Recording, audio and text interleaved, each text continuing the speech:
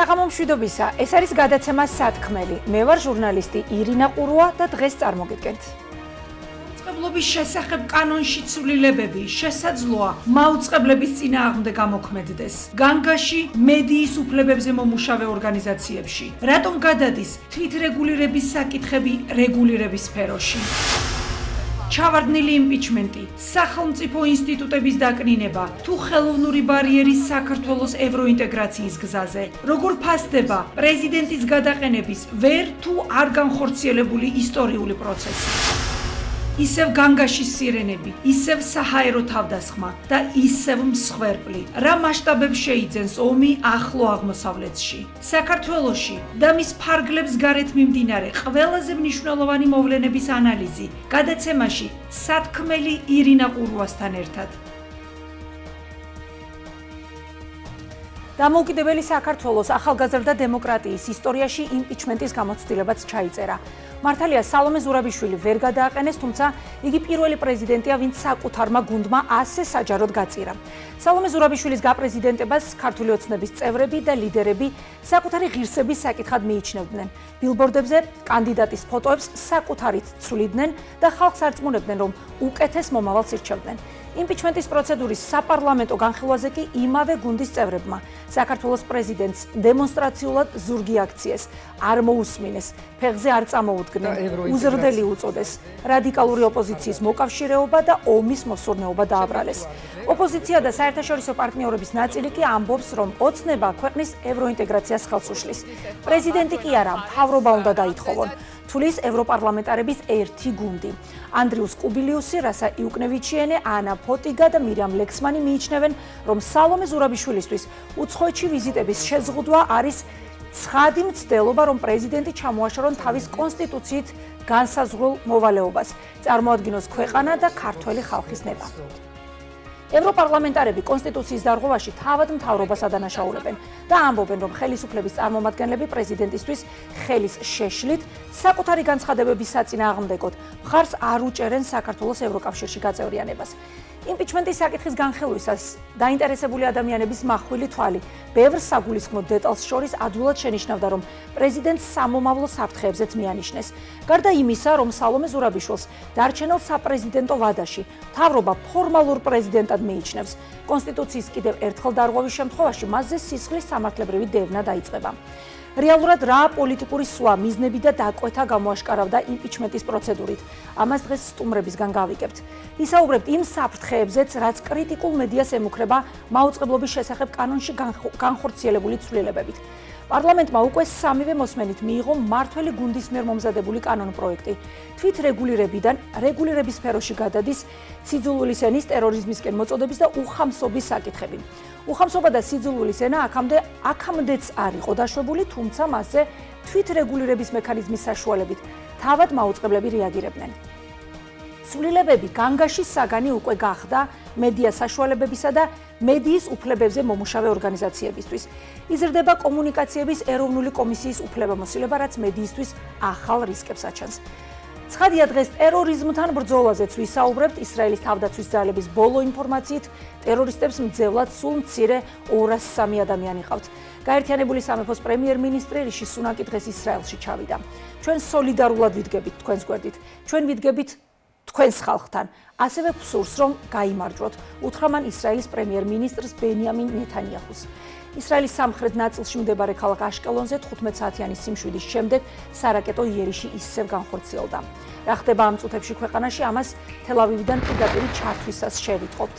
დღეს ჩვენი გადაცემის სტუმრები არიან მამუკა ანდღულაძე, მედიის ადვოკატირების კოალიციის თავმჯდომარე, კახა გოგოლაშვილი, რონდელის ფონდის ევროპული კვლევების ცენტრის დირექტორი, ოთარ ზურაბიშვილი, საქართველოს პრეზიდენტის სალომე ზურაბიშვილის ძმა და საფრანგეთის ქართველთა სათვისტომოს პრეზიდენტი, ლაშა შაყულაშვილი, ებრაისტი, როტშილდების ფონდის მკვლევარი. საუბარს კი დავიწყებთ ბატონ მამუკა ანდღულაძესთან, იგი შემოგვერთდება ახლა პირდაპირ ეთერში. საღამო მშვიდობისა, ბატონ მამუკა, მადლობა, რომ უპასუხებთ ჩვენ შეკითხვებს. საღამო მშვიდობის, მოგესალმებით თქვენ, მივესალმებით თქვენს მაყურებლებს. ბატონო მამუკა მიიღო პარლამენტმა ეს სადავო ცვლილებები მაუწყებლობის შესახებ კანონში, კანონ პროექტი, რომელიც თავიდანვე აღელვებდა მედიას და განსაკუთრებით თქვენ მედიის უფლებების დამცველებს. სიძულვილის ენა, ტერორიზმისკენ მოწოდება და უხამსობა ამ სამი მიმართულების კონტროლმა შესაძლოა სულ მალე მედია ცენზურას დაუქვემდებაროს. კომუნიკაციის ეროვნული კომისიის უფლებამოსილებაც კიდევ ერთხელ იზრდება. მოდით უფრო მეტი ვუთხრათ ჩვენს აუდიტორიას, რა იცვლება კანონში ახალი ჩანაწერით და დავიწყოთ უხამსობასთან დაკავშირებით იმ ჩანაწერით, რომელიც თავდაპირველად ინიცირებულ კანონის პროექტში არ ჩანდა. კიდევ ერთხელ მივესალმები, მადლობა ამ თემის განხილვისათვის, რომელიც ცალსახად მაუწყებელს და მათ შორის რა თქმა უნდა აჭარის ტელევიზიასაც შეეხება და საბოლოო ჯამში მედიის ფუნქცია რა არის? საზოგადოებას მიაწოდოს ინფორმაცია. როდესაც ნებისმიერ ჟურნალის მედიის წარმომადგენელს უშუალოდ მედიას რაიმე პრობლემა ან პოტენციური საფრთხე ემუქრება, ეს არამხოლოდ ამ მედიის ან ჟურნალისტის უფლებების შეზღუდვა არის ერთის მხრივ, არამედ საბოლოო ჯამში დიდ ზიანს აყენებს საზოგადოებას, რომ თქვათ პლურალისტური გარემო შეიქმნას. პირველ რიგში კი მინდა ცალსახად და მკაფიოდ განვაცხადო და არაერთგზის გავიმეორო, რომ მედიის ადვოკატირების კოალიცია და მისი წევრები, როგორც კოალიცია, ასევე წევრები ცალ-ცალკე არაერთგზის ღიად საჯაროდ მტკიცედ ამბობდნენ, რომ ჩვენ უჭერთ მხარს საქართველოს ევროინტეგრაციის გზაზე, ეს არის საქართველოს მოსახლეობის აბსოლუტური უმრავლესობის უკვე 10 წლების განმავლობაში სურვილი და პირდაპირ დაკვეთა ხელისუფლების მიმართ და სწორედ აი ამ ევროინტეგრაციის გზაზე მნიშვნელოვანია ჩვენი მოწოდებები ხელისუფლების მიმართ, რომ ვეუბნებით, რომ გადადგი ეფექტური მექანიზმების ზომები, რომ უზრუნველყო ამ ეტაპზე კანდიდატის სტატუსის მიღება და ის რეკომენდაციები, რომლებიც არის გათვალისწინებული, მათ შორის მეშვიდე რეკომენდაცია, რომელიც მედიას შეეხება, პლურალიზმს შეეხება, კანონმდებლობის ჰარმონიზაციას შეეხება და ასე შემდეგ, ჩვენ ხედავთ არა მარტო როგორც ერთ-ერთ რეკომენდაციას, რომელიც უნდა შეასრულოს ხელისუფლებამ, არამედ როგორც ინსტრუმენტს, რომ ქვეყანაში არსებული ინსტიტუციური პრობლემები და ამ შემთხვევაში მედიაში არსებული პრობლემები დაძლეული იყოს. სიძულვილის ენასთან დაკავშირებული საკითხი რამოდენიმე წელია არის დისკუსიის საგანი. ის რომ ეს ჩვენ პრობლემათაც მიგვაჩნია, მაგალითად გასულ წელს, როდესაც მორიგი ცვლილებები მიდიოდა კანონმდებლობაში, კოალიცია მედიებთან ერთად შეთანხმებით, ანუ მათგან არამხოლოდ ჩვენ წარუდგინეთ ჩვენი ალტერნატიული წინადადება, არამედ მათგანაც მოვისმენთ რეკომენდაცია და შეჯერებული ვერსია, ანუ სხვადასხვა მედიების წარმომადგენლები იყვნენ და სხვადასხვა განსხვავებული სარედაქციო პოლიტიკისა, შევთავაზეთ პარლამენტს. მაუწყებლობის შესახებ კანონში მთელი რიგი ცვლილებები განხორციელდა. კი ბატონო, დიახ. და ეს დირექტივა, რომელიც რეკომენდაციებიდან როგორც ვიცი, ყველა რეკომენდაცია არ იქნა. თქვენი მხრიდან მიწოდებულ რეკომენდაციებს გულისხმობ. აი, მაგას ცოტა შორიდან მომიწია ამ თემაზე საუბარი, იმიტომ რომ კონკრეტულად თუ ვისაუბრებთ, რადგან დღეს მაგათაც კი, აი დღეს საკომიტეტო სხდომაზე სამწუხაროდ არ იყო ბოლომდე სწორად გაჟღერებული ინფორმაცია. ანუ ეს რომ ჩვენ მიგვაჩნია პრობლემად, ჩვენ ალტერნატივად შევთავაზეთ და არც განიხილა და ისე მიიღო პარლამენტმა. წელს ზაფხულში კიდე მორიგი ცვლილება განხორციელდა და მაშინ თქვით, რომ ეს პირველი ეტაპი ნორმალურია და თვითრეგულაციაში ჩერდებოდა, ოღონდ მეორე ეტაპია საჭირო, რომ ეფექტური თანარეგულაცია იყოს. ანუ სიძულვილის ენაზე თანხმდებით ხოლმე რომ პრობლემატურია, არსებობს ორი გზა, რომელსაც იგივე ევროკავშირის დირექტივა ითვალისწინებს. ერთი არის კანონმდებლობით, მეორეა ეფექტური თანარეგულაცია. ევროპის საბჭოს ექსპერტმა ღია თქვა, რომ ეს მოდელი მაგალითად კორეგულაციის, თანარეგულაციის, როდესაც მედია კიდევ უფრო მეტ პასუხისმგებლობას იღებს და უფრო არის აქტიურად ჩართული, ჩვენი ადგილობრივი კონტექსტისთვის მნიშვნელოვანია. მაგრამ სამწუხაროდ ბოლო წლების განმავლობაში ხელისუფლების მხრიდან ნებისმიერი საკანონმდებლო ცვლილება, რომელიც მედიას ეხება, სამწუხაროდ ძირითადი მიზანი და мотиваცია რეალური არის, რომ გამოხატვის თავისუფლებას შეზღუდოს. ანუ არა იმ მოდელით, რომელიც ჩვენ შევთავაზეთ და ევროპის საბჭოს ექსპერტები ეთანხმებოდა, არამედ მეორე მოდელი გააგზავნეს ევროკომისიაში. არსებობს ამის გამოცდილება ევროპის ქვეყნებში ფართოდ გავრცელებული, მაგრამ იქ არის დამოუკიდებელი სასამართლო, იქ არის დამოუკიდებელი მარეგულირებელი. ზუსტად აი ეს კონტექსტი იყო მნიშვნელოვანი. კი ბატონო, ამიტომაც ამბობენ ალბათ დღეს ესეთ ამამად, რომ ამ ცვლილების აუცილებლობა დადგა სწორედ ევროკომისიის რეკომენდაციის საფუძველზეო. მათ გვითხრესო, რაღაცნაირად თითქოს გადაამისამართეს და თავს იმართლებდნენ თუ რაღაც ცოტა უცნაური კონტექსტი იყო დღეს, რომ ეხლა ეს ყველაფერი იქედან რეკომენდაციის სახით ასეთ მოვიდაო და ესე შეიფუთა თითქოს ამ ცვლილებების აუცილებლობა, არა და თქვენ როგორც ბრძანეთ, ეს რეგულირების სფეროში თვით რეგულირების ჩარჩოებით რეგულირდებოდა თვითონ ინდივიდუალურად მედია საშუალებების მხრიდან. დღეს კიდევ უფრო საგანგაშო აღმოჩნდა ახალი ჩანაწერი, ეს უხამსობა, რომელიც ინტერპრეტაციის საშუალებას იძლევა, ტოვებს სხვადასხვა გაგების აღქმას და ყველაზე მთავარი, ვინ უნდა გადაწყვიტოს, რას ნიშნავს უხამსობა, ისევე როგორც მაგალითად სიძულვილის ენასთან დაკავშირებით ენობრივი კონტექსტიდან გამომდინარე, ყველა ქვეყანას განსხვავებული აღქმა აქვს და ამიტომაც საბოლოოდ ესე მკაცრად ფორმულირებული განმარტება არ არსებობს, ხო ამის. აი ამ უხამსობის ჩანაწერთან დაკავშირებით თქვენ როგორ ფიქრობთ, რატომ რითი აიხსნება აუცილებლობა ამ ცვლილებების? აი რო შევხედოთ სურათს ქვეყანაში მიმდინარე პროცესებისა და რომელიც მედიას შეეხება, პირდაპირ თუ არაპირდაპირ ხელისუფლება ყველაფერს აკეთებს, რომ საფარქვეშ, მაგალითად ბავშვთა უფლებები დავიცვათ, მაგალითად ამ შემთხვევაში საერთაშორისო ვალდებულება გვაქვს.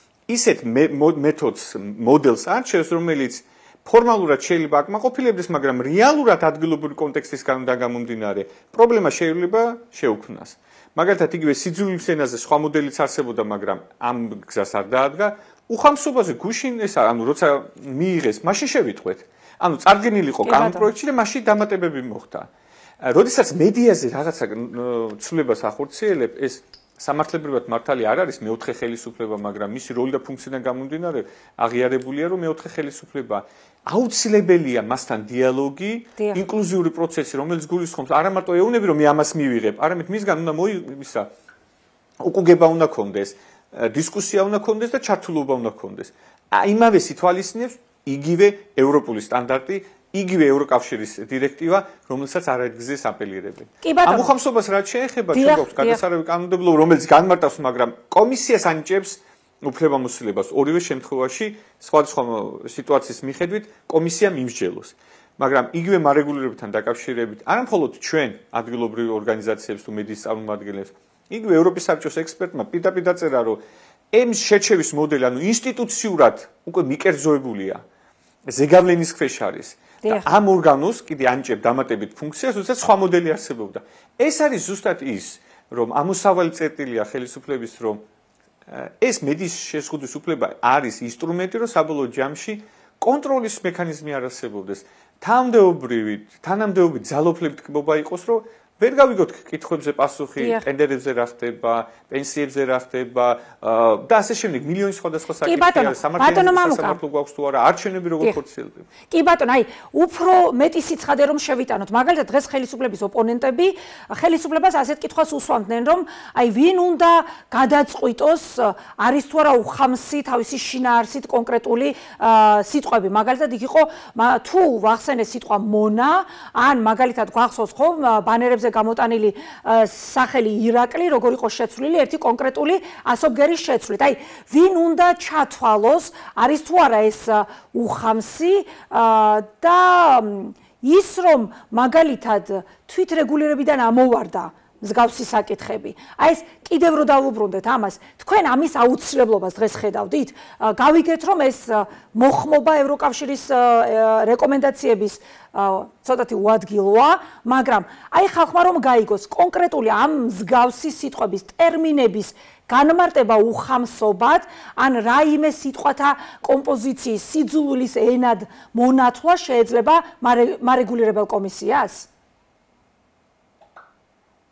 აი ზუსტად ეს არის ქვეყანაში, სადაც პირდაპირ მნიშვნელობით ცარიელი ფურცლის გამო იჭერენ ხალხს, ანუ ცარიელი ფურცლით რო დადგები ქუჩაში, ამიტომ დაგიჭერენ და ამას მერე გეტყვენ რომ სამართალთან დამკვრივი ხარ, ეს დამატებითი ბერკეტი მარეგულირებელს მიენიჭება სამართლებრივად უკვე რომ მან შეაფასოს, მან გადაწყვიტოს კონკრეტულ სიტუაციაში თუ რამდენად თქვა დარღვევა იყო თუ არა. ეს ვენელმა მე საბოლოო ჯამში სასამართლოშიც გაასაჩირო, მაგრამ ეს არის ზუსტად კონტექსტი ნდობა სასამართლოს, ნდობა ამ შემთხვევაში მარეგულირების მიმართ. ჩვენ არაერთი კაზუსი გვაქვს, არაერთი შემთხვევა, როდესაც მარეგულირებელი განსაკუთრებით იმ მედიისა, რომელიც დამოუკიდებელი და კრიტიკული სარედაქციო პოლიტიკით გამოირჩევა, მის მიმართ მათ მიმართ გამოტანილი გადაწყვეტილებები არის მიკერძოებელი და დაუსაბუთებელი. ბატონ მამუკა, ერთი კითხვაც მინდა აუცილებლად. ის მოდელი, რომელსაც ჩვენ სავაზობდით, ამ რისკებს აზღვევდა. კი ბატონო და თვითონ ეს დასჯის მექანიზმებზეც უნდა კითხო და საინტერესოა რა ფასს გადაიხდიან მაუწყებლები ამაში. თავდაპირველად პირველი დარღვევის დროს გაფრთხილება, შემდეგ არის ფულადი ჯარიმა გათვალისწინებული, 1 წლის განმავლობაში თუ ხელმეორე დაფიქსირდებოდა იქ 2000 არანაკლებ 2500 ლარამდე, შემდეგ იზრდება ხო ეს ჯარიმა. ეს რამდენად ძლიერი მექანიზმია, კონტროლის რამდენად ძლიერი მექანიზმია კრიტიკულ მედიებზე, თუ გავითვალისწინებთ იმას, რომ სწორედ კრიტიკული მედიები არ არიან უზრუნველყოფილი სტაბილური დაფინანსებით. კრიტიკული მედიის განსაკუთრებით ტელევიზიის წარმომადგენლები პირდაპირ შეგვიძლია ვთქვათ, რომ უსერიოზულესი ფინანსური კრიზისი და ეგზისტენციალური საკითხის წინაშე დგანან და ეს სანქცია, რომელიც მათ შორის ფინანსური მასით თვალისწინებს, ეს კიდე მორიგი დამატებითი წნეხი იქნება.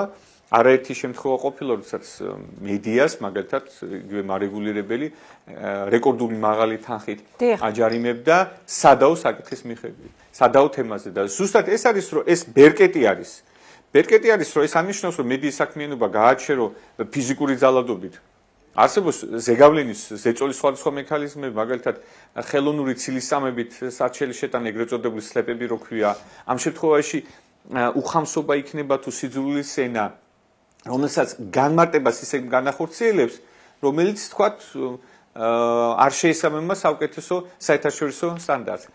ზუსტად ესე არის, რომ ის რისკები ამ კანონის მიღების შემთხვევაში უფრო გაიზარდა და შეგეძლო ქვეყანას თავისი საერთაშორისო ვალდებულება ისე შეესრულებინა, რომ ეს რისკები მინიმუმზე დაიყვანა, მაგრამ ეს არა და ბოლო კითხვა მინდა დაგისვათ. პრობლემა არის ჩვენ ან ხელისუფლებამ შექმნა ეს პრობლემა და არა ისა დიახ. რა გრჩება ჩვენ მედიას? მიღებულია სამივე მოსმენით, ნახეთ, რა გრჩება იმისთვის, რომ ჩვენ საწინააღმდეგოდ არ ამოქმედდეს თავდაცვის რაიმე მექანიზმი არსებობს თუ არა ახლა და ამით დავასრულოთ ბატონო მამუკა. მონიტორინგი უნდა გავაგრძელოთ უფრო გაათმაგებული, არც ერთი კაზუსი არ დავტოვოთ ყურადღების გარეშე, რომ საზოგადოებამ გაიგოს ხელისუფლება რა ნაბიჯებს გამს, როგორ განმარტავს და ასე შემდეგ. და ასევე ძალიან მნიშვნელოვანია პროფესიული და ეთიკური სტანდარტების დაცვა და სოლიდარობა. კი ბატონო. იმიტომ რომ ის თქვათ უსამართლობის სპირალი დღეს შეიძლება ერთ მედიაში შეეხება, მაგრამ კანონი ხო არ იცვლება, ის პრაქტიკა ხო იგივე რჩება. და შეიძლება უკვე სხვასაც შეეხოს. ამიტომ მედიებმა, ჟურნალისტებმა ყურადღებით არა მარტო მათ უშუალო თემებს, არამედ სხვასაც მიაქციონ, სამოქალაქო სექტორის მაქსიმალურად თავისი შეძლების ფარგლებში გააკეთებს, მონიტორინგი გაახორციელოს, დაიხმაროს. მაგრამ პარალელურად უყურადღებოთ რა დარჩეს და სოლიდარობა. კი ბატონო, ძალიან დიდი მადლობა, ეს არის თემა, რომელიც არის ნომერ პირველი პრობლემა მედიისთვის. მადლობა თქვენ, როგორც ყოველთვის ძალიან საინტერესო ანალიზი მოვისმინეთ. ჩვენ უსმენდით მამუკა ანდღულაძეს, იგი მედიის ადვოკატირების კოალიციის თავმჯდომარეა. ახლა უშუალოდ პოლიტიკურ პროცესებს დავუბრუნდეთ, თუმცა არც წინა საკითხი იყო პოლიტიკური შინაარსისგან, მდგენელისგან დაცლილი. იმპიჩმენტი და მისი გავლენა ევროინტეგრაციაზე, ბატონი კახა გოგოლაშვილი, რონდელის ფონდის ევროპული კვლევების ცენტრის დირექტორი გვერდება პირდაპირ ეთერში. ბატონ კახა, საღამომშვიდობისა, მადლობა რომ უპასუხებთ ჩვენ შეკითხვებს. მოგესალმებით, საღამომშვიდობისა. ბატონო კახა, პირველ რიგში საინტერესოა თქვენი შეფასება. მოდით ასე დავიწყოთ. იმპიჩმენტი არ შედგა თუ ვერ შედგა და რა გზავნილია ეს ევროკომისიისთვის ევროინტეგრაციის მიზნისკენ მიმავალი ქვეყნიდან? ნუ ალბათ ორიგინალური არ ვიქნები თუ ვიტყვი იმას, რომ ყველაზე ცუდი გზავნილია და რა თქმა უნდა ხელისშემცველი არის აი ამ სტატუსის ესე ვთქვათ ძიების საქმეში. თავისთავად ჩვენ ვხედავთ რეაქციებს გამოხმაურებებს ევროკავშირის სხვადასხვა ინსტიტუტებიდან და წევრი ქვეყნებიდან. უმაღლესი დონის წარმომადგენლების რეაქციებს ამაზე ყველაფერზე და ყველა შეშფოთებულია იმით, რომ საქართველოს რომელიც ესე ვთქვათ ცდილობს თითქოს მიიღოს ერთი მხრივ ევროკავშირის კანდიდატის სტატუსი, მეორე მხრივ აკეთებს იმას, რომ აზიანებს ამ პროცესს წლიანობაში, იმიტომ რომ პრეზიდენტი, რომელიც არის ევროპაში ცნობილი როგორც მინიმუმ, ხო? თუ ჩვენთან ამას არ ცნობენ ზოგიერთები, როგორც ესე ვთქვათ, საქართველოს ევროპული გზისთვის მოღვაწე ადამიანი, ესე ვთქვათ, ხდება მისი იმპიჩმენტი სწორედ იმისთვის, რომ მას უნდა მაქსიმალურად ხელი შეეწყო ჩვენი კანდიდატის სტატუსის მიღებას. კი ბატონო, უცნაურად იყო აღსაქმელად ეს ქვეყნის შიგნიდანაც.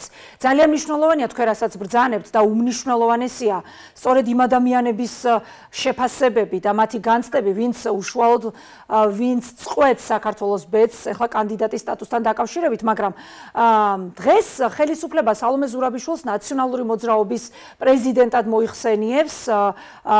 გუნდმა აიძულა გადადგომა გიორგი მარგველაშვილსაც და როგორც შემდეგ გაირკვა, აქაც მიზეზი პარტიის და ბიძინა ივანიშვილისადმი დაუმორჩილებლობა აღმოჩნდა.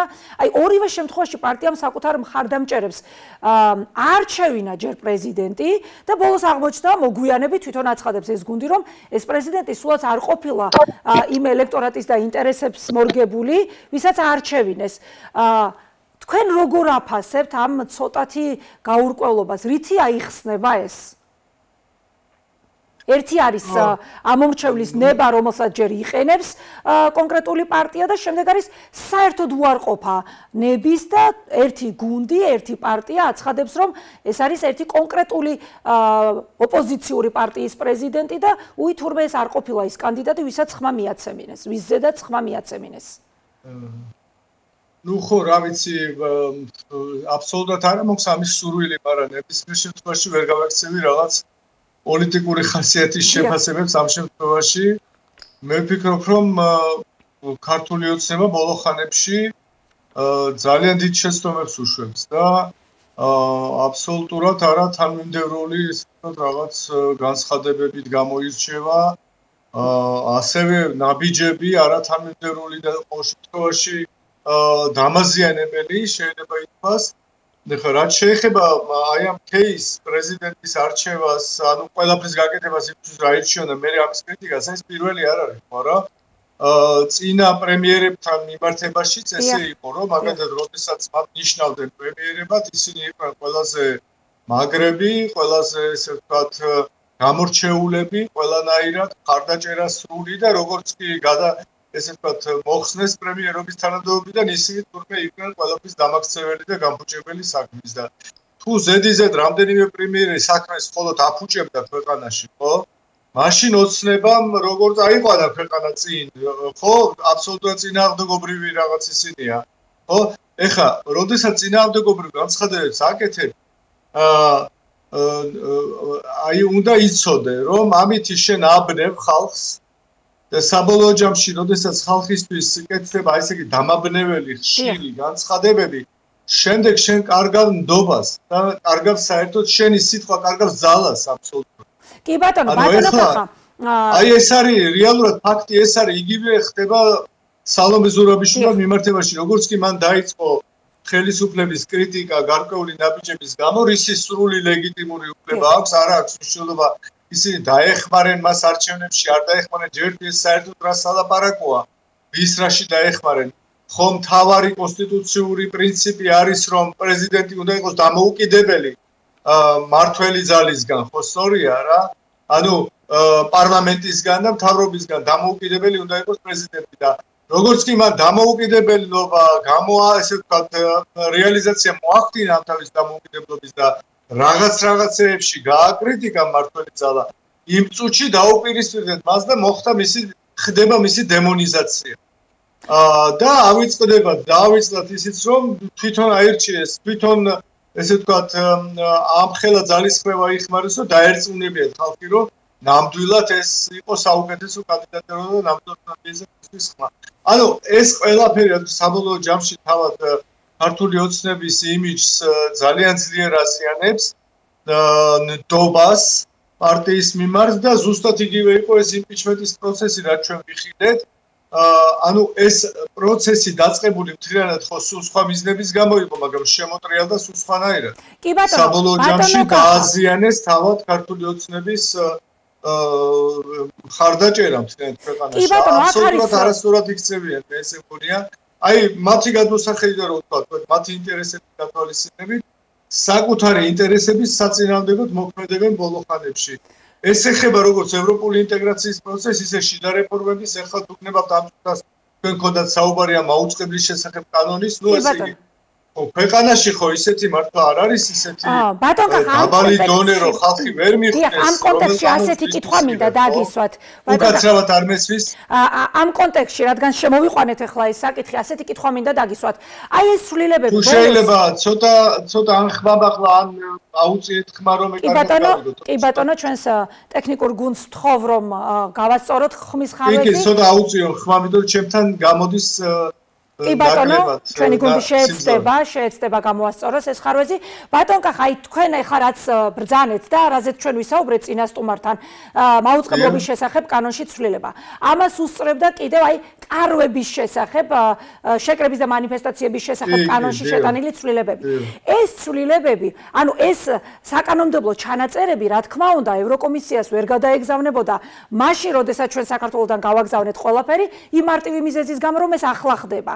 სამომავლო პერსპექტივაზე ჩვენ როცა ვსაუბრობთ, კი ბატონო, თქვენ ბრძანეთ რომ ძალიან ცუდ გავლენას იქონიებს ეს ჩვენი ევროინტეგრაციის მიზანზე ზოგადად, მაგრამ ის რაც არ მოხვდა შესაფასებელ დოკუმენტაციაში, მაგრამ რეალურად მართლაც განხორციელდება, რადგანაც უკვე კანონის სახე აქვს.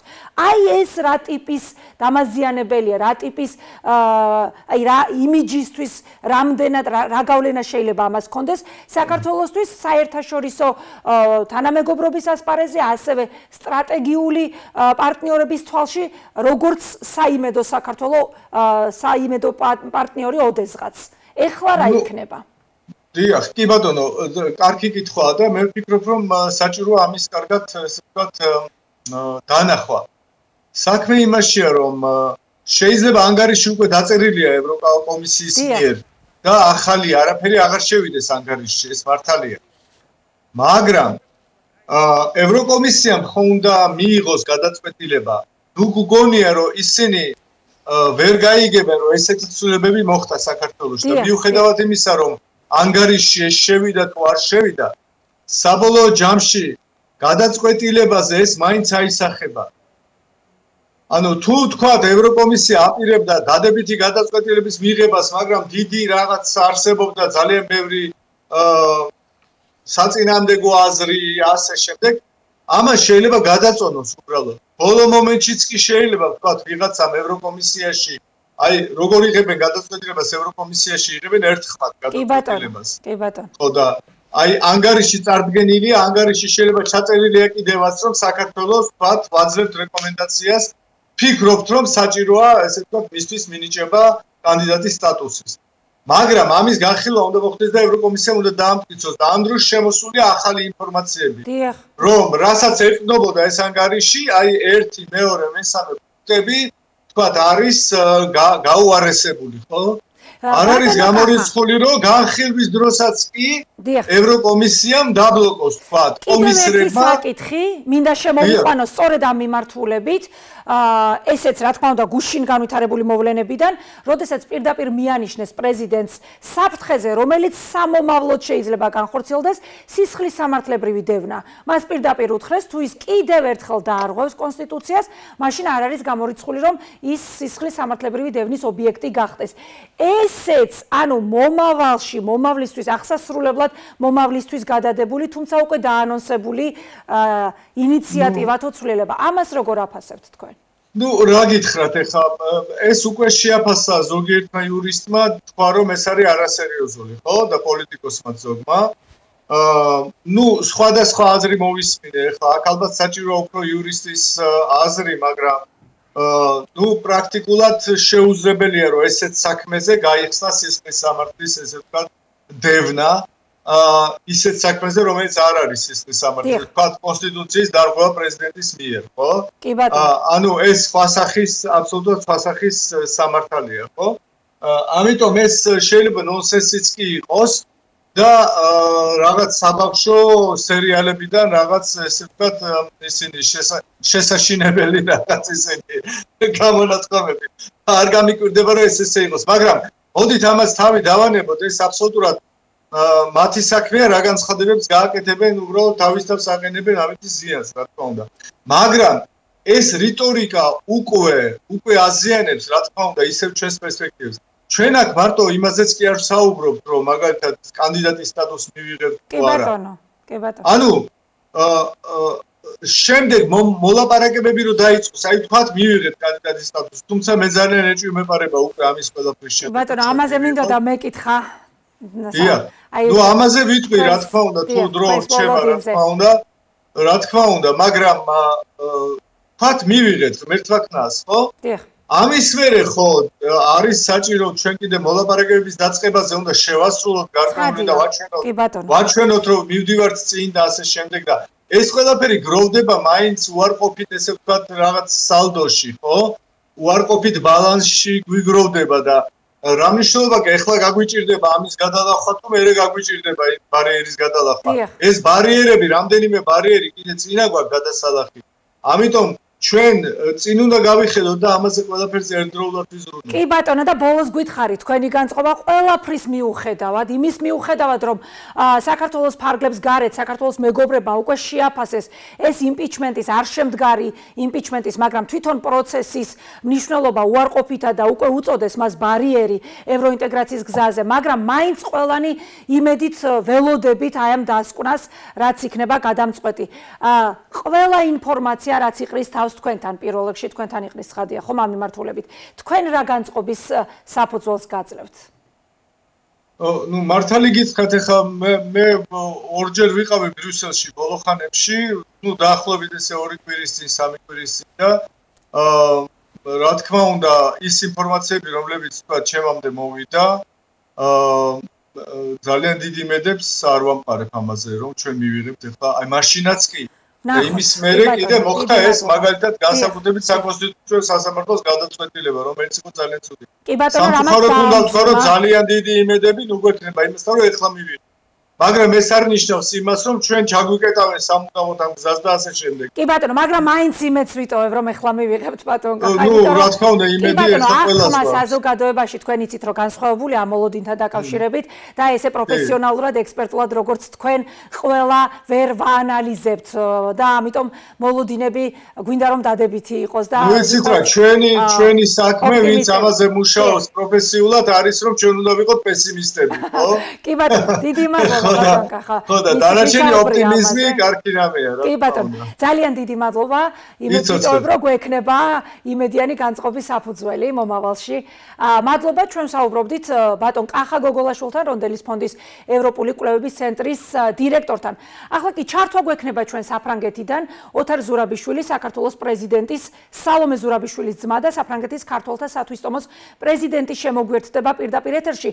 მანამდე კი გეტყვით, რომ ვიდრე სალომე ზურაბიშვილი პრეზიდენტია, მას ხელს ვერავინ ახლებს. თუმცა მისი შიში პრეზიდენტობის ვადის გასვლას უკავშირდება. ამის შესახებ დღეს ქართული ოცნების თავმჯდომარემ ირაკლი კობახიძემ განაცხადა, მისი თქმით, როგორც კი სალომე ზურაბიშვილს ამოეწურება საპრეზიდენტო უფლებამოსილების ვადა, დარღვევის შემთხვევაში მაშინვე შეიძლება მოხდეს სისხლის სამართლებრივი საქმის წამოწყება. საპრეზიდენტო ვადის გასვლის განმავლობაში პრეზიდენტი არის ხელშეუვალი. რატომ არ აფინანსებს და ის ვიზიტებს ბიუჯეტიდან. მას ეშინია პრეზიდენტობის შემდგომი პერიოდის, შეიძლება ამ წლის განმავლობაში მის მიმართ ვერ აღიზრდა საქმე, მაგრამ როგორც კი ამოიწურება საპრეზიდენტო უფლებამოსილების ვადა, მაშინვე შეიძლება მოხდეს ასეთი სისხლის სამართლებრივი საქმის წამოწყება. წინააღმდეგ შემთხვევაში არ გასწევდა ხარჯებს ვიზიტების დასაფინანსებლად. ამბობს ქართული ოცნების თავმჯდომარე ირაკლი კობახიძე და ჩვენ უკვე შეგვიძლია გადავიდეთ საფრანგეთზე. ბატონი ოთარ ზურაბიშვილი, სალომე ზურაბიშვილის ძმა და ქართველთა სათვისტომოს პრეზიდენტი შემოგვერთდა უკვე პირდაპირ ეთერში. საღამო მშვიდობისა, ძალიან დიდი მადლობა თქვენი დროისთვის და მადლობა რომ უპასუხებთ ჩვენს შეკითხვებს. პირველ რიგში მინდა ასეთი კითხვა დაგისვათ ბატონო ოთარ. თქვენ როგორ ფიქრობთ, რეალურად რა მიზანს ემსახურებოდა იმპიჩმენტის მთელი ეს პროცედურა საკონსტიტუციო სასამართლოში დაწყებული პროცესებიდან დასრულებული კენჭისყრით, ვინაიდან წინასწარვე იყო ცნობილი, რომ საჭირო ხმები ვერ მოგროვდებოდა პარლამენტში. რა იყო რეალური მიზანი? ჯერ ერთი დარწმუნებული არა ვარ, რომ წინასწარ ყველაფერი ყველა მიცოდა და დარწმუნებული იყო, ვინაიდან უკვე ვიცით და გვინახავთ, როგორ ხდება ეს გადაბირება ხალხის და როგორ ზეწოლა და როგორ ფულით. ესე იგი, მე პირადად არ ვიყავი 100%-ად დარწმუნებული, რომ შედეგი ასეთი იქნებოდა. ბოლომ დღემდე. იმიტომ, როცა ვნახეთ ოპოზიციის დეკლარაციები, უფრო დასამწყნარებელი იყო. მიზანი მთლიანად ეს ძალიან გასაგები არის. ერთი არის, რომ საბოლოოდ იყოს, როგორ ვთქვათ, ყველა ოპოზიციური არასამთავრობო ორგანიზაციები, კანონიერი ორგანიზაციები, ყველა იყოს შებორკილი და ცოტა გაშეშებული, არა? და მათ შორის მგონი მთავარი მიზანი იყო ამისი, რომ პრეზიდენტის ინსტიტუტი დაედო ბოქლომი და ხელი შეეკრა პრეზიდენტს. ეს იყო მთავარი მიზანი.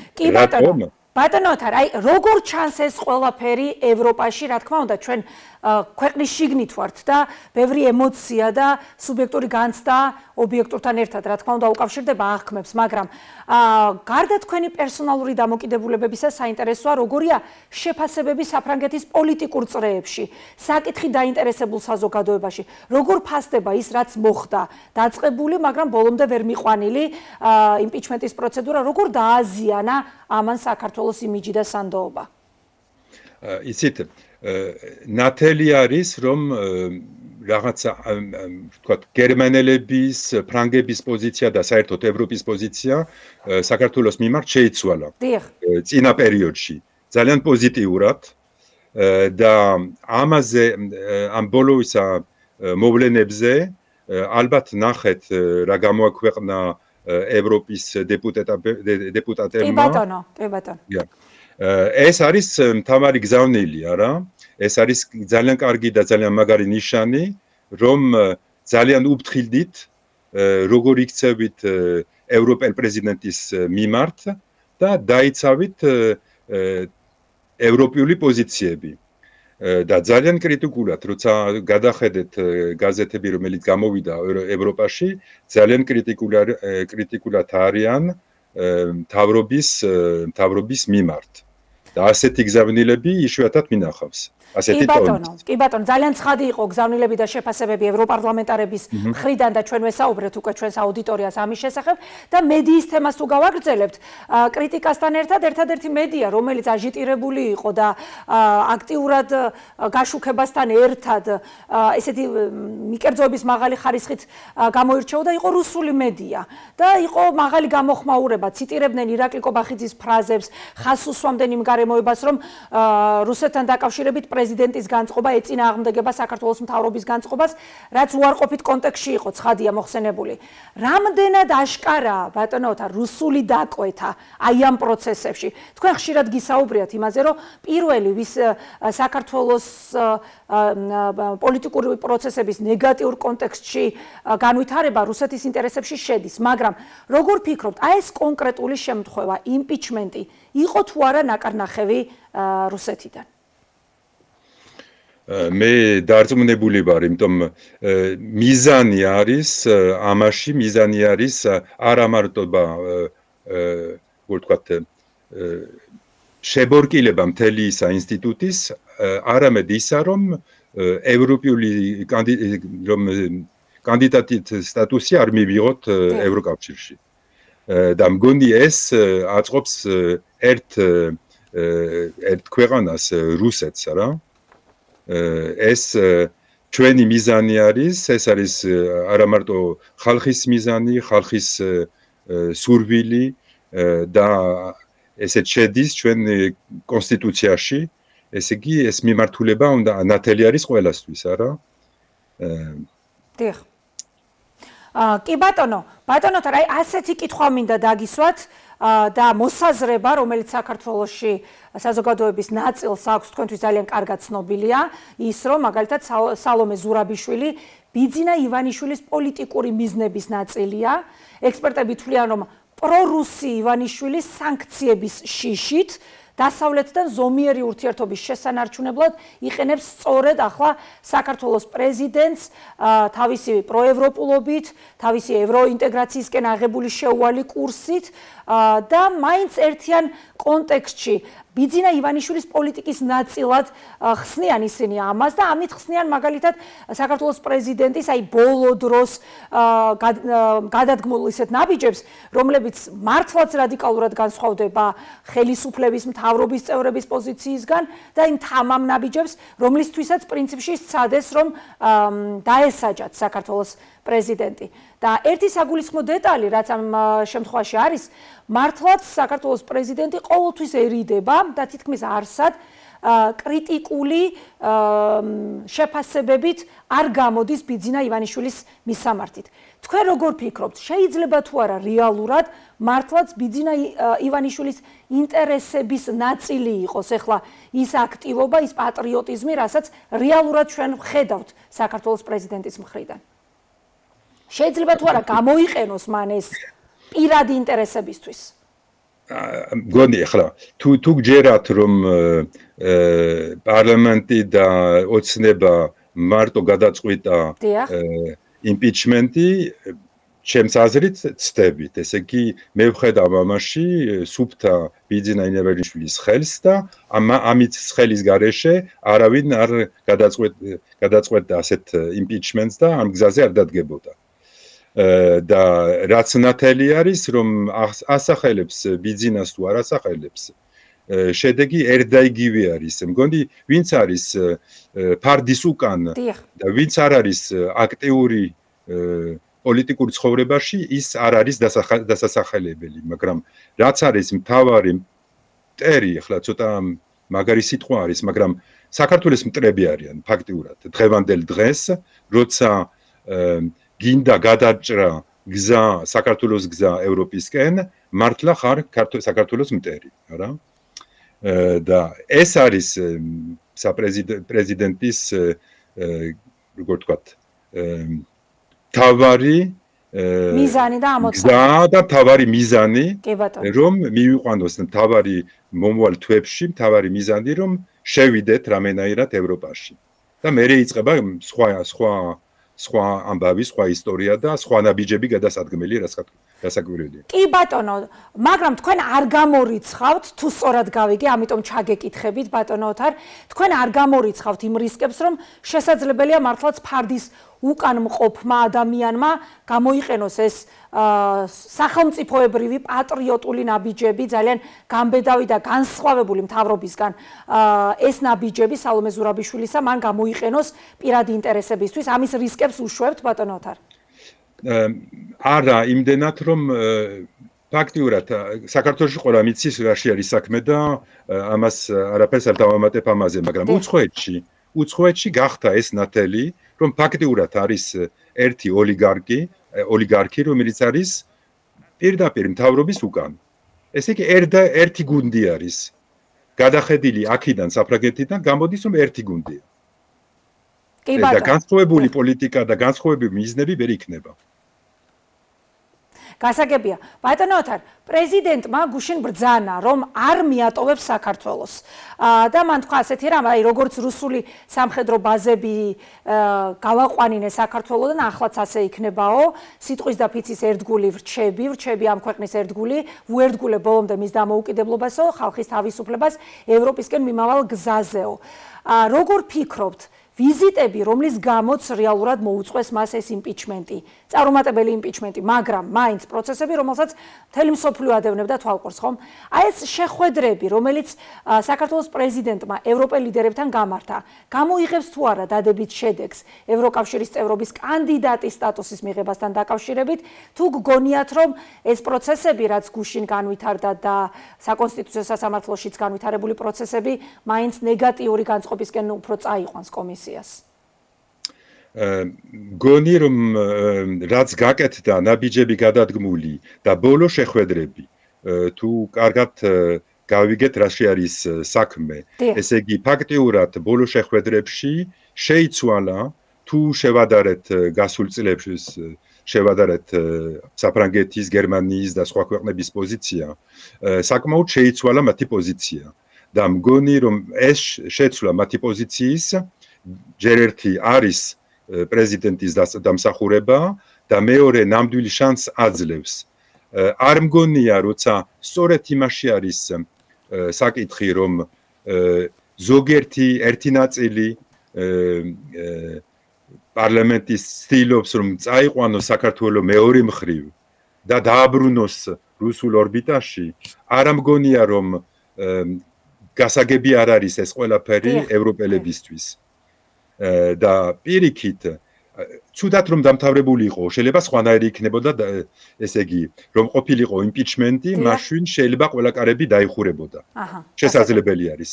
მაგრამ მე ვფიქრობ ჯერჯერობით რომ ღია არის ეს კარი და მეორე რამე რომელიც დარწმუნებული ვარ და მინდა დაგარწმუნოთ რომ რაც ეხება ვიტყვი პრეზიდენტს, მაგრამ ასევე ვიტყვი სალომე. იმიტომ ვიცი რა არის და როგორი ხასიათი არის და მისი მიმართულება და მიზანი ეს არის. ესე იგი, ყველა ძალისხმევას რაც შეუძლია იმას გააკეთებს, რომ მივიდეს ამ შედეგამდე.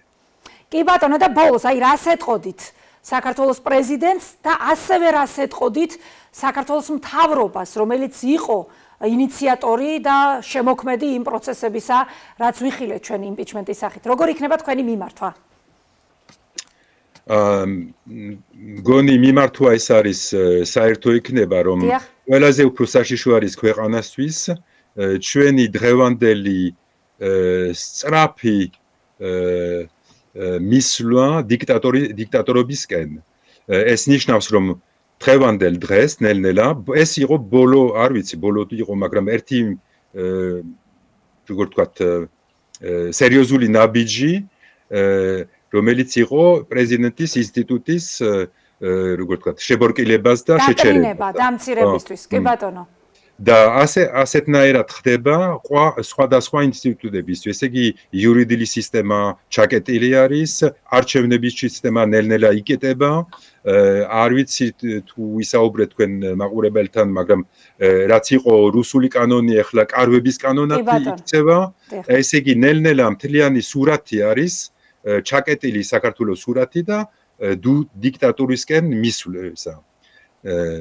მისწრაფება. კი ბატონო, ასეთი ცხადია, ასე აფასებთ თქვენ ამას, რაც ხდება დღეს საქართველოში და ამ რისკებს. ძალიან დიდი მადლობა ბატონო ოთარ, ძალიან საინტერესო ანალიზი მოვისმინეთ თქვენგან. მადლობა რომ უპასუხეთ ჩვენ შეკითხვებს.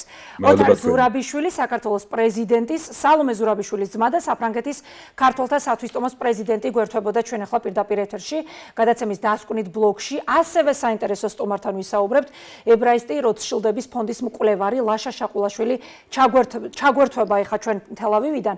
ამერიკის შეერთებული შტატების პრეზიდენტმა ჯო ბაიდენმა, როგორც ცნობილია, ისრაელის მიმართულებით სამხედრო ავიამზიდი, საბრძოლო ხომალდები და ავიაგამანადგურებლები გაგზავნა. მსგავსი ნაბიჯი გადადგა დიდმა ბრიტანეთმაც. საჯარო მხარდაჭერის ნიშნად ისრაელში ჩადიან მსოფლიო ლიდერები, ამერიკის შეერთებული შტატების პრეზიდენტი ჯო ბაიდენი, სახელმწიფო მდივანი ენტონი ბლინკენი, გერმანიის პრემიერი ოლაფ შოლცი, დიდი ბრიტანეთის პრემიერ-მინისტრი რიში სუნაკი და ამას მთელი მსოფლიო ადევნებს თვალყურს. ცივილიზებული მსოფლიო ახლა ცდილობს ისე გააძლიეროს ისრაელი ტერორიზმთან ბრძოლაში, რომ მინიმუმამდე შეამციროს მსხვერპლი მშვიდობიან მოსახლეობაში. ცნობილია, რომ ჰამასის ტერორისტები ფარად სწორედ მშვიდობიან მოსახლეობას იყენებენ. სწორედ საცხოვრებელი სახლების ქვემოთ არის განლაგებული მათი გვირაბები. ჩვენ უკვე შეგვიძლია კავშირზე გავიდეთ თელ-ავივთან. ლაშა შაყულაშვილი გვეტყვის უფრო მეც. საღამო მშვიდობისა ბატონ ლაშა, მადლობა რომ ახერხებთ, მადლობა რომ გვერდდებით პირდაპირ ეთერში. პირველ რიგში მინდა კითხოთ, რა ხდება ახლა თელ-ავივში, ვინაიდან 15 საათიანი სიმშვიდის შემდეგ აშკელონზე ისევ განხორციელდა სარაკეტო თავდასხმა. რა ხდება თქვენთან? კონკრეტულად და ზოგადად ქვეყანაში ბოლო ინფორმაციებს ველით თქვენგან. დიახ, სამწუხაროდ მხოლოდ აშკელონი არ ყოფილა, სადაც საღამოს გაისმა განგაში სიგნალი. შუა დღეს დაახლოებით ესე 2 საათისთვის განგაში იყო ცენტრალურ თელ-ავივზე. სარაკეტო იერიში მოიტანეს ქალაქის ცენტრალურ ნაწილზე. მიუხედავად იმისა, რომ თითქოს საუბარი იყო, რომ ეს არ იქნებოდა და იქიდან გამომდინარე რომ ქვეყანაში დიდი ბრიტანეთის პრემიერ-მინისტრი არის ოფიციალური ვიზიტით ჩამოსული, თითქოს იმასვე იზამდნენ რაც გუშინ გააკეთეს, როდესაც ამერიკის შეერთებული შტატების პრეზიდენტის ვიზიტის გამო განგაში არ ყოფილა, თუმცა ისევ განაახლეს შესაბამისად ჩვენც მივიღეთ უკვე მოკლე ტექსტური შეტყობინებები შესაბამისი სარაკეტო სისტემისგან თავდაცვის მიზნით, ამიტომ მთელი დღის განმავლობაში გრძელდება სარაკეტო იერიში. მე ძალიან მინდა რომ თქვენმა მაყურებელმა კარგად იცოდეს, რომ ეს არ არის რაღაც რაც მოხდა მხოლოდ ომის დასაწყისში, ან მხოლოდ ომიდან რამდენიმე დღეში. ჩვენ მთელი დღის განმავლობაში მნიშვნელობა აღარ აქვს, უკვე ეს აღარ არის 7 ოქტომბერი. დღეს განგაში ირთვება როგორც სამხრეთ ისრაელში, ისე ქვეყნის ცენტრალურ და ჩრდილოეთ ნაწილებში. ამიტომ ამ ეტაპისათვის 7500-ზე მეტი რაკეტა არის ნასროლი ღაზას სექტორიდან სრული ისრაელის ტერიტორიაზე. სარაკეტო იერიშები გრძელდება ყოველდღიურად ყველა რეგიონზე. უკვე განსხვავება აღარ აქვს. სამხრეთი რო იყო დასაწყისში, ეხლა ჩრდილოეთს და ცენტრალურ ისრაელს არავინ არ ანებებს თავს.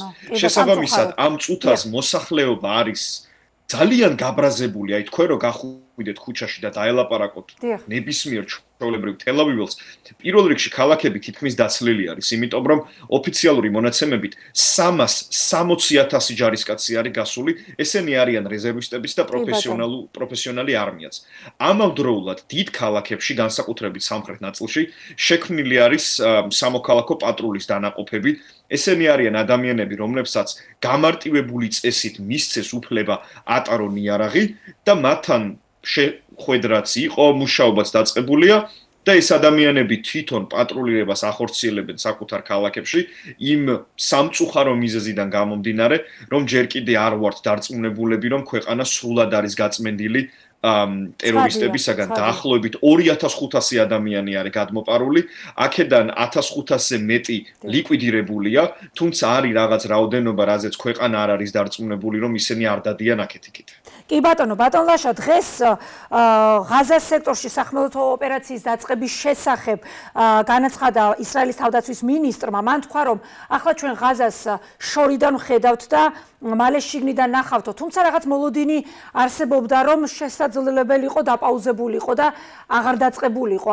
აი რა ვითარება ამ მიმართულებით და თქვენ როგორ აფასებთ აი ამ ძალიან დიდ გამოწვევას, ვინაიდან ჩვენ მაყურებელსაც ვესაუბრებოდით იმაზე, რომ ღაზას სექტორში, სადაც არის გამაგრებული ხომ აი ეს ტერორისტების მთელი არმია, ვიცით რომ სწორედ ფარად იყენებენ ისინი მოსახლეობას, მშვიდობიან მოსახლეობას, ისინი არ აძლევდნენ გადაადგილების საშუალებას სამშვიდობო ტერიტორიებისკენ, ზუსტად მათი საცხოვრებელი სახლების ქვეშ არიან ისინი გამაგრებული და განლაგებული. აი ეს დილემა განადგურება ტერორისტების და მეორე მხარე ნაკლები მსხვერპლი, რამდენადაც კი არის შესაძლებელი და მსხვერპლის თავიდან აცილება. ამ რისკებს როგორ უყურებთ თქვენ?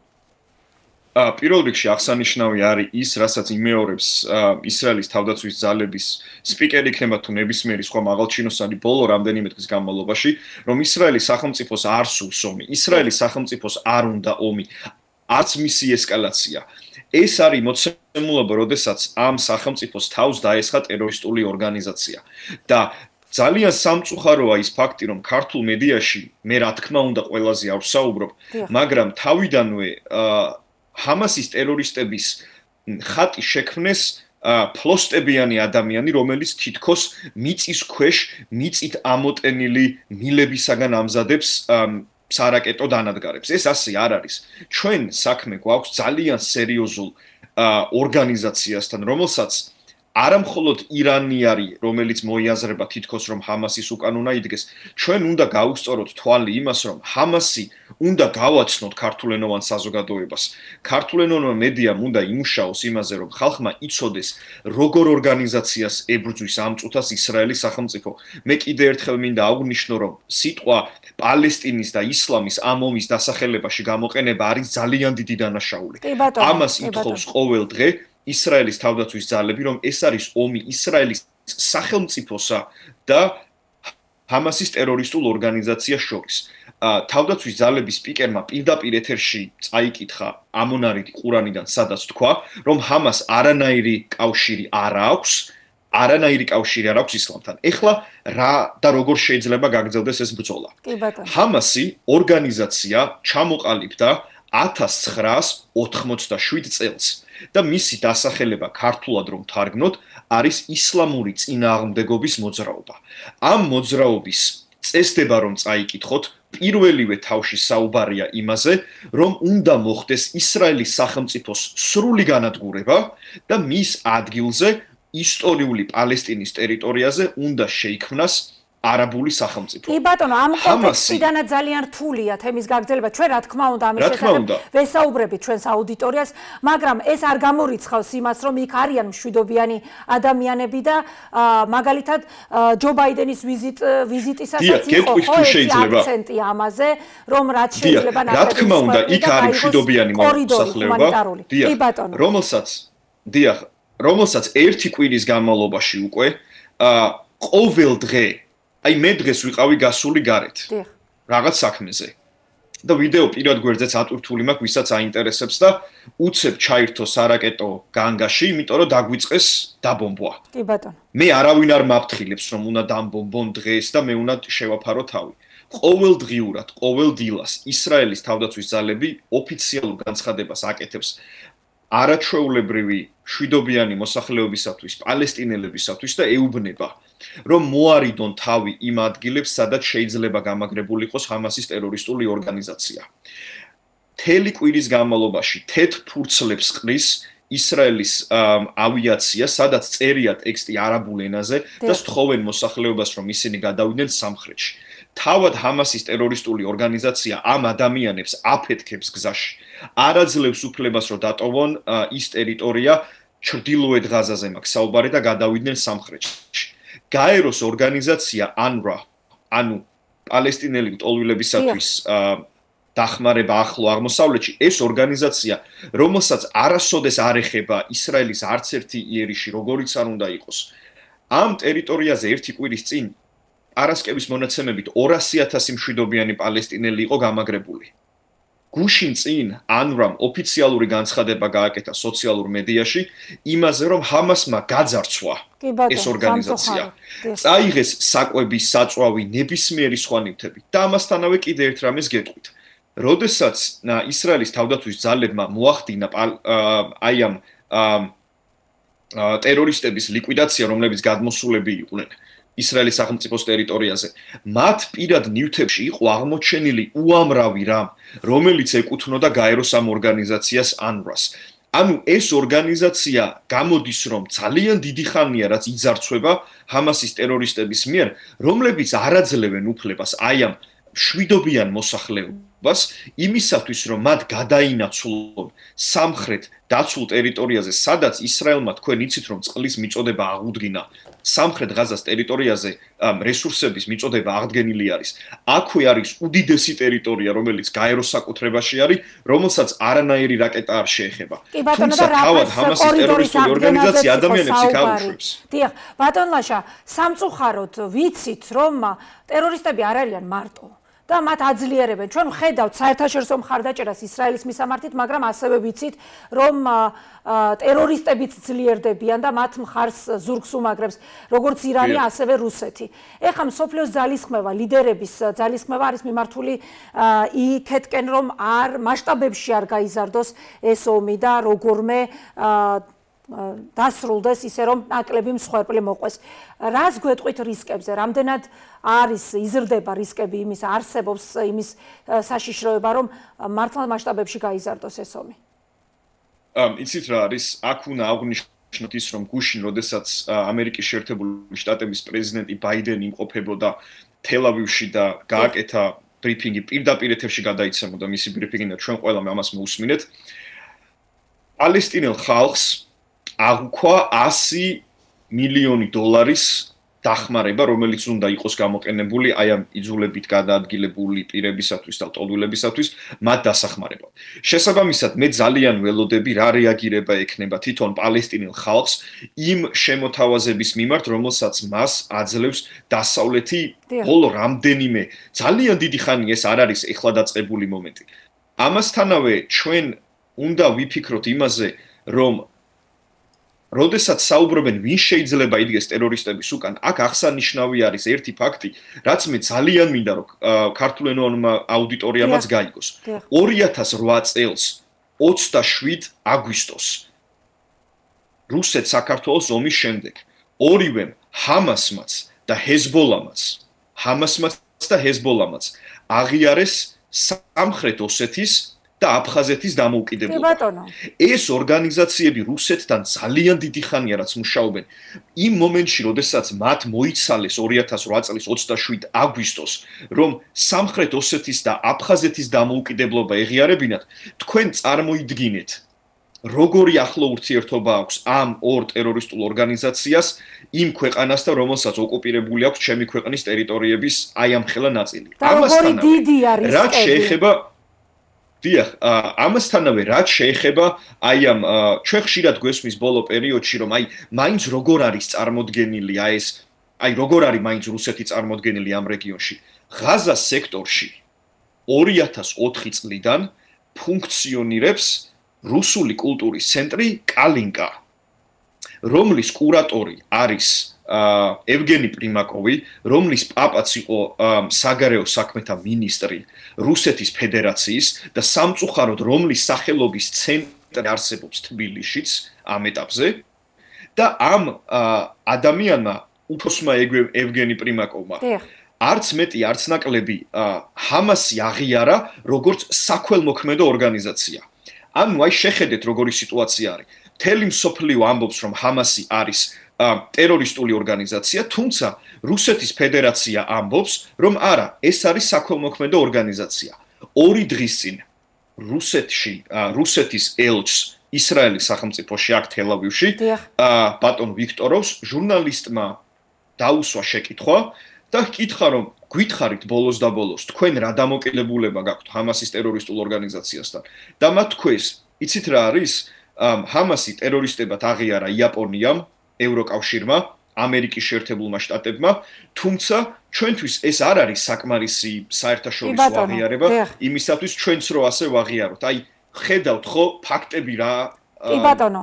და ბატონოვაშა, რთული ვითარებაა რა თქმა უნდა. პერსპექტივაში ამ პროცესების განვითარების რა შესაძლებლობებს ხედავთ? აი რა თქმა უნდა ჩვენ ყველანი ვისურვებთ და ვნატრობთ რომ მალე დასრულდეს და მშვიდობამ დაისადგუროს ისრაელში და რაც მთავარია ტერორიზმი განადგურდეს, ტერორისტები განადგურდნენ, მაგრამ რეალისტური და ახლო პერსპექტივაში როგორ შეიძლება განვითარდეს ომი და ამით დავასრულებთ თქვენთან. დიახ. იცით რა არის მე აქ კიდევ ერთხელ ხაზს გავუსვამ. დიახ. იმ დამოკიდებულებას, რომელიც არის ისრაელის სახელმწიფოში, ამ ერს არ უნდა ომი. არ უნდა ომი იმის გამო, რომ იცის როგორ და რა პოზიციაზე დადგება მათ წინააღმდეგ სამყარო. იმიტომ რომ, როდესაც 7 ოქტომბერს წარმოუდგენელი სისასტიკით დახოცეს ადამიანები, მსოფლიო ამას არ იჯერებდა. მიუხედავად იმისა, რომ ყველაფერი იყო ინტერნეტში, მაგრამ გუშინ წინ ჰამასის ტერორისტული ორგანიზაციის გაკეთებულ განცხადებას 1 წუთში დაუჯერა თელმა დასავლურმა მედიამ და ეს ქვეყანა გამოიყვანეს არ ვიცი როგორ ტერორისტად გამოიყვანეს თვითონ ისრაელი. და დღეს აღმოჩნდა, რომ თურმე 10 ადამიანამდე მეტი ფიზიკურად ვერ გარდაიცვლებოდა ისლამური ჯიჰადისვე გასროლილი რაკეტისაგან. შესაბამისად, აი ეს იქნება ჩემი ბოლო სიტყვა ამ შემთხვევაში, რომ როგორიც არ უნდა იყოს ვარაუდები ადამიანებისა, ამ ერს არ უნდა ომი, იმიტომ რომ იციან სამყარო როგორ შემოტრიალდება მათ წინააღმდეგ. იმიტომ რომ ჩვენ კიდევ ერთხელ ხედავთ, მეორდება ის, რაც მეორდებოდა ისტორიის განმავლობაში. სამყაროს დიდი ნაწილი არ დგას სიმართლის მხარეს. აქვე მინდა დიდი მადლობა გადაუხადო ყველა ქართველ საქართველოს მოქალაქეს, რომელიც მართლა ძალიან აქტიურად აფიქსირებს თავის მხარდაჭერას და მინდა ბოლოს თქვა ერთი რაღაცა. ტერორიზმის დამარცხება პირველ რიგში გვაწყობს ჩვენ ქართველებს და საქართველოში, იმიტომ რომ თუ დაეცემა ახლო აღმოსავლეთში მყოფი ერთადერთი დემოკრატია, რომელიც არის ისრაელის სახელმწიფო, არანაირად კარგი ბედი არ დაადგება ჩვენსავე საქართველოს. ამაში მე მინდა რომ ყველა დარწმუნებული იყოს, იმიტომ რომ იმდენად ცუდი პროცესები ვითარდება ჩვენს რეგიონში, რომ ჩვენ ძალიან გვჭირდება ისრაელის სახელმწიფოს ღირსეული გამარჯვება ტერორიზმის წინააღმდეგ. კი ბატონო, ძალიან დიდი მადლობა. მოყვებით ამ ლოგიკაში, ვისურვებ, რა თქმა უნდა, მშვიდობას თქვენთან, გამარჯვებას თქვენთან და აბსოლუტურად გეთანხმებით იმაში, რომ არ უნდა დაეცეს ეს დემოკრატია და ეს ვიზე თუ არა ჩვენზე, რა თქმა უნდა, უარყოფითად აისახება საქართველოზე, როცა ყავს ასეთი დიდი მტერი, რომელიც არის რუსეთი. მადლობა თქვენ, მშვიდობას, გადარჩენას გისურვებთ და რა თქმა უნდა, ტერორიზმის და ტერორისტების განადგურებას უსურვებ მთელს მსოფლიოს. მადლობა ებრაისტი როჩილდების ფონდის მკვლევარი ლაშა შაყულაშვილი საუბრობდა გადაცემის დასკვნით ბლოგში. ასეთი იყო დღეს ჩვენი სათქმელი, მე ირინა ყურლა ვარ და მადლობას გიხდით ყურადღებისთვის, რომ ეს 1 საათი ჩვენთან ერთად გაატარეთ. მე ხუთშაბათამდე გემშვიდობებით.